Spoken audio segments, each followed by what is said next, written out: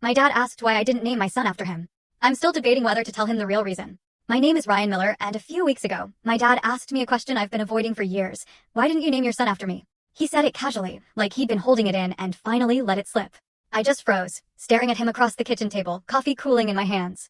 My dad's name is Gregory, and growing up, I thought he was the strongest man alive. He worked long hours, rarely smiled, and believed emotions were something he locked away. When I was a kid, I used to wait at the window just to see his truck pull in. But when he did come home, the air changed. He'd walk in, drop his keys, and the house would go silent.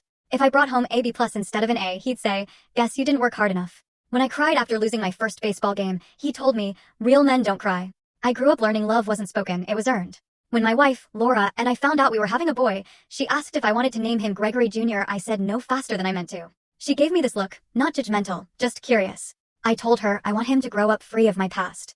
We named him Ethan, a name that felt light, hopeful.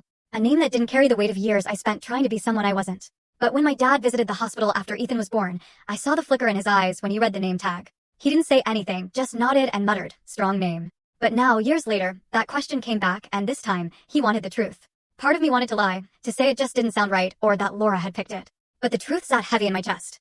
I didn't name my son after him because I didn't want Ethan to grow up afraid of love. I didn't want him to measure his worth by silence. I wanted him to laugh loud, cry freely, and know that his father would never make him earn affection. But saying that out loud felt cruel, because I know my dad didn't mean to hurt me. He just passed down what he knew. So I looked at him and said softly, because I wanted him to have his own name. His own story. My dad nodded, looking down. For a moment, I thought that was it. But then he said, "I wasn't the best at showing love. You're doing better than I did." It caught me off guard. It wasn't an apology, but it was the closest he's ever come to one.